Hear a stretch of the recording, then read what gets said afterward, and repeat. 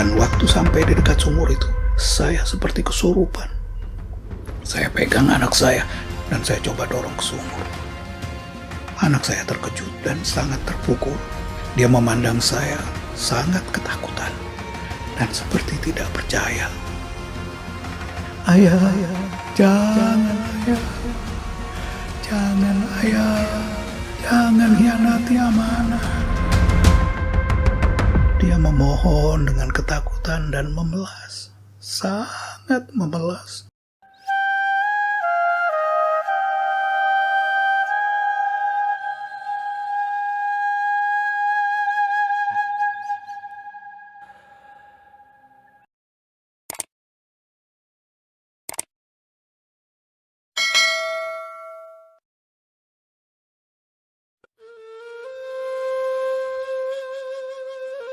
Alkisah, ada seorang sahabat Rasulullah Sallallahu Alaihi Wasallam yang keadaannya memprihatinkan.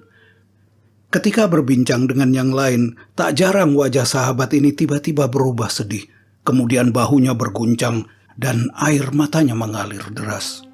Jelas ada beban teramat berat yang ditanggungnya. Namun dia enggan mengungkapkannya kepada siapapun. Para sahabat pun menceritakan hal ini kepada Rasulullah yang lalu meminta mereka untuk memanggil lelaki tersebut. Setelah sahabat itu tiba, Rasulullah bertanya kepadanya, apa masalah yang membuatnya begitu terpukul? Sahabat itu merasa tidak nyaman. Rahasia itu sebetulnya teramat berat untuk disimpan sendiri. Namun lebih berat lagi kalau harus dibagikan kepada orang lain. Tapi bagaimana kalau yang meminta adalah Rasulullah? Tentu dia tak kuasa untuk menolaknya. Maka sambil menghela nafas panjang, dia pun mulai bercerita. Dulu di masa jahiliyah, istri saya melahirkan seorang anak. Masalahnya, bayi ini perempuan. Saya betul-betul terpukul karena kabilah kami waktu itu menganggap bahwa anak perempuan hanya membawa aib bagi keluarganya. Karena itu saya berniat mengubur dia hidup-hidup seperti yang biasa dilakukan orang-orang di kabilah kami. Tapi waktu memandang bayi itu, saya sungguh tidak tega. Saya sungguh tidak tega, Rasulullah. Bagaimanapun, dia adalah darah daging saya. Dia adalah bagian dari diri saya. Jadi saya mengurungkan niat keji tersebut. Setelah sekian tahun, anak saya tumbuh mendekati usia remaja. Dan sebentar lagi dia akan menjadi seorang gadis. Dan saya mulai tertekan. Saya berada dalam kesulitan yang luar biasa. Saya malu membayangkan bahwa putri saya akan keluar rumah untuk bergaul. Dan orang-orang bakal tahu bahwa saya punya anak perempuan. Dia akan menjadi aib bagi keluarga kami. Saya harus melenyapkan aib itu, dan itu berarti saya harus mengubur anak ini. Tapi setiap kali memandang wajahnya yang polos, tiba-tiba saya menjadi lemah. Saya terlalu sayang kepada anak ini, maka saya batalkan niat saya itu. Di hari lain muncul lagi ketakutan bahwa aib kami akan terbongkar. Tapi setiap kali berhadapan dengannya, saya kembali lemah. Begitu seterusnya, dari waktu ke waktu. Sampai suatu hari, saya tidak tahan lagi ya Rasulullah. Saya tidak tahan. Maka saya bilang kepada istri saya, dandani anakmu. Bilang padanya, ayahnya mengajaknya ke pesta.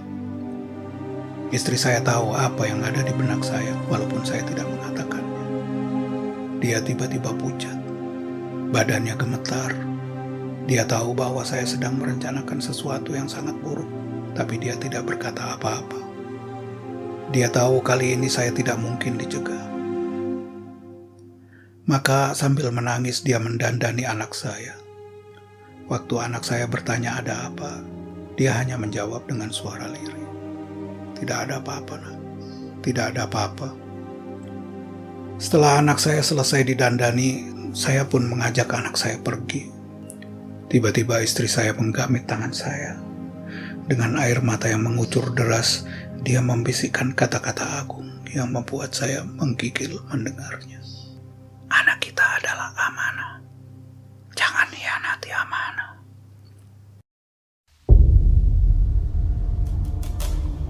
Namun saya sudah tidak bisa lagi dicegah. Aib itu terlalu berat untuk dipikul dan terlalu kuat untuk ditahan. Dan dengan suasana hati yang berkecamuk, saya mengajak anak saya berjalan. Semakin lama kami berjalan, semakin hebat pula saya terguncang. Setiap kali melihat wajahnya, rasanya ingin sekali saya memeluknya erat-erat dan berkata, "Jangan takut, Nak. Ayah akan melindungimu." Tapi perasaan itu dengan cepat terusir oleh bayangan wajah orang-orang di kabilah saya yang bakal memandang saya dengan pandangan yang sangat melecehkan dan menghinakan. Apa yang harus aku lakukan? Bunuh dia atau biarkan dia hidup? Sepanjang perjalanan, perang batin itu terus berkecamuk. Makin lama makin hebat. Sementara itu anak gadis saya berjalan dengan gembira. Dia sama sekali tidak menaruh curiga. Akhirnya kami sampai di dekat sebuah sumur yang dalam dan banyak batu tajam. Di situ kembali saya disiksa oleh pertentangan batin yang dahsyat. Lempar dia ke sumur supaya bebas dari aib keluarga atau biarkan dia tetap hidup. Perang batin itu terus berlangsung dengan hebat sementara kaki saya terus melangkah mendekati sumur itu. Lempar dia ke sumur atau biarkan tetap hidup. Suara itu terus saja mengganggu batin saya. Dan waktu sampai di dekat sumur itu, saya seperti kesurupan. Saya pegang anak saya dan saya coba dorong ke sumur. Anak saya terkejut dan sangat terpukul. Dia memandang saya sangat ketakutan dan seperti tidak percaya.